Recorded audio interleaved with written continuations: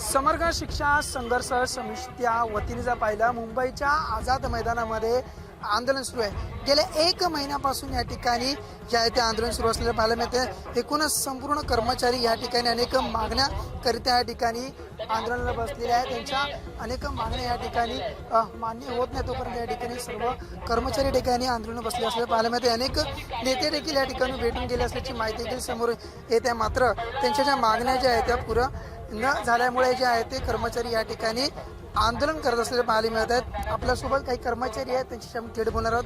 काय सांगाल, तुमच्या एकूण मागण्या काय आहेत? समग्र शिक्षा अभियान अंतर्गत गेल्या 20 ते 25 वर्षापासून आम्ही करार पद्धतीने काम करत आहोत।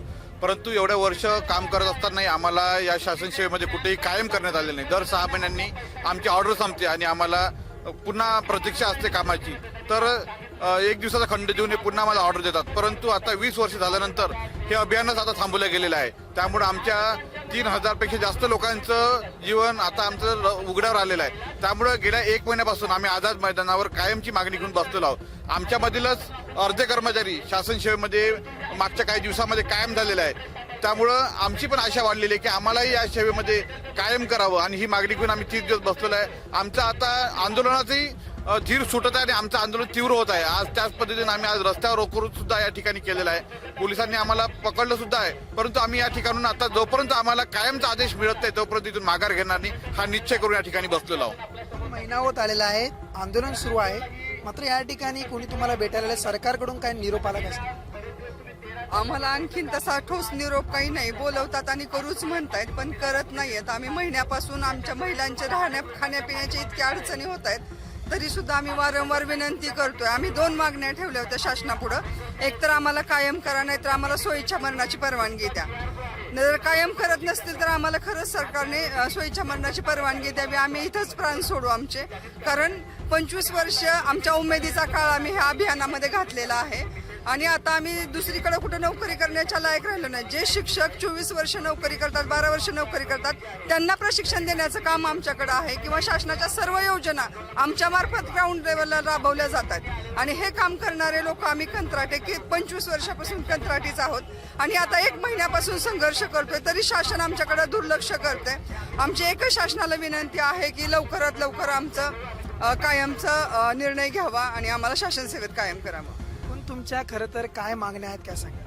आम्हाला शासन सेवेत कायम करावं, कारण आम्ही जवळजवळ 20 ते 25 वर्षापासून या ठिकाणी कंत्राटी पद्धतीने काम करत आहोत आणि आमच्यातले 50% लोक हे कायम केलेले आहेत आणि आता आम्हालाही कायम करावं। काही लोकांच्या सेवा फार कमी राहिलेल्या आहेत, काहींच्या 4 महिने 5 महिने, काहींच्या 1 वर्ष, काहींच्या 5-6 वर्ष, असे फार कमी लोक आहेत की ज्यांच्या सेवा कमी झालेल्या आहेत। तर माननीय मुख्यमंत्री साहेबांना मी फक्त हात जोडून ही विनंती करतो की आमच्यातले जे काही उरलेले 50% समग्र शिक्षा अभियानाचे कर्मचारी यांना लवकरात लवकर आम्हाला कायम करावं आणि आम्हाला न्याय द्यावा अशी मागणी करतो।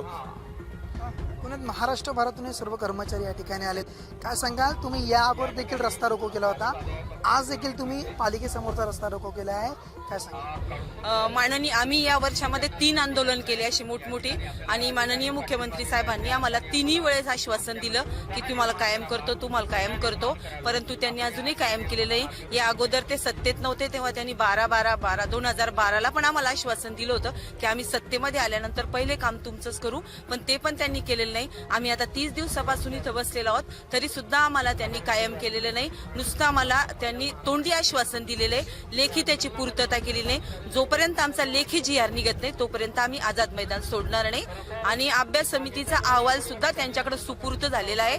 फक्त त्यांनी आता त्याच्यावर सही करून आम्हाला आदेश देणं बाकी आहे। तर तेवढी आमची विनंती आहे मुख्यमंत्री साहेबांना की त्यांनी आम्हाला कायम करून आमच्या आंदोलनाचा रस्ता मार्ग मोकळा करावा।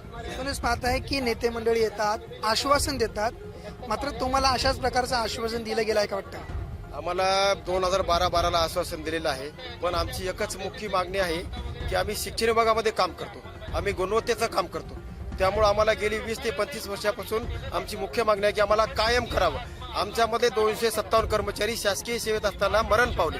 कालचे 31 मार्चला आमचे 15 कर्मचारी रिटायर झाले।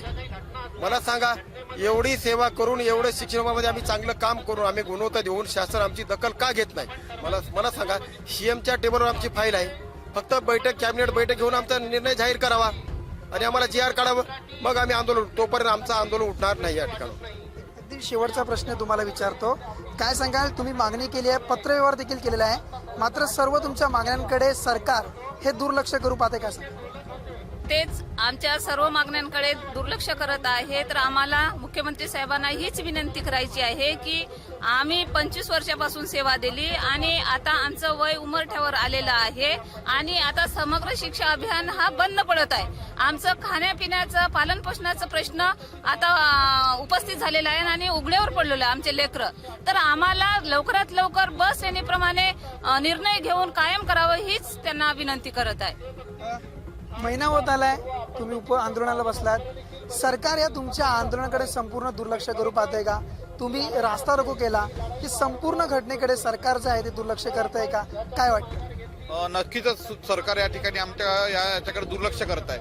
महिनाभर आम्ही आंदोलन केलेलं आहे, या ठिकाणी उपोषण केलेलं आहे. अनेक लोक आमचे दवाखान्यात भरती झालेले आहेत, 4 लोक आमचे आयसीयू मध्ये भरती झालेले आहेत. परंतु या 30 दिवसामध्ये शासनाचं कुठलंही शिष्टमंडळ आम्हाला भेटायला आलेलं नाही आहे, कुठली त्यांनी आश्वासन दिलेलं नाही आहे, कुठली दखल या प्रकरणाची घेतलेली नाही आहे. आम्ही त्यांना वारंवार जाऊन भेटतो, अधिवेशन सुरू असताना आम्ही सीएम साहेबांना 2-3 वेळा भेटलो, पण तुमचं काम करायचं आहे एवढंच ते उत्तर देतात आणि त्याच्यानंतर कुठली कारवाई ते करत नाही. आता पण आम्ही आज सुद्धा कॅबिनेट बैठक असताना आम्ही त्या ठिकाणी वाट पाहत राहिलो की आमचा विषय या ठिकाणी येईल का, परंतु त्याची कुठलीही दखल शासनानं घेतलेली नाही आहे. निव्वळ आमच्याकडे दुर्लक्ष करण्याचं काम शासन करीत आहे. आम्हाला या आंदोलनाच्या माध्यमातून हेच सांगायचं आहे की शासन आम्ही वाट पाहत आहोत. आता आम्हाला इथून जोपर्यंत आम्ही कायमचा आदेश घेतले तोपर्यंत जाणार नाही, हा निर्धार आम्ही या ठिकाणी केलेला आहे. नक्कीच पहिलं समग्र शिक्षा संघर्ष समितीच्या वतीने 1 महिन्यापासून खरं तर आझाद मैदानावरती जे आहे ते उपोषण आंदोलन सुरू असल्याचं पाहायला मिळत आहे. मात्र याकडे सरकार जे आहे ते दुर्लक्ष करू पाहते. मात्र जोपर्यंत आमचा निर्णय होणार नाही तोपर्यंत आम्ही इथून हलणार नाही असा देखील येथील आंदोलकांनी निर्णय घेतलेला आहे. कॅमेरासन जितेश नागोडकर, अविनाश माने, LS मराठी, मुंबई.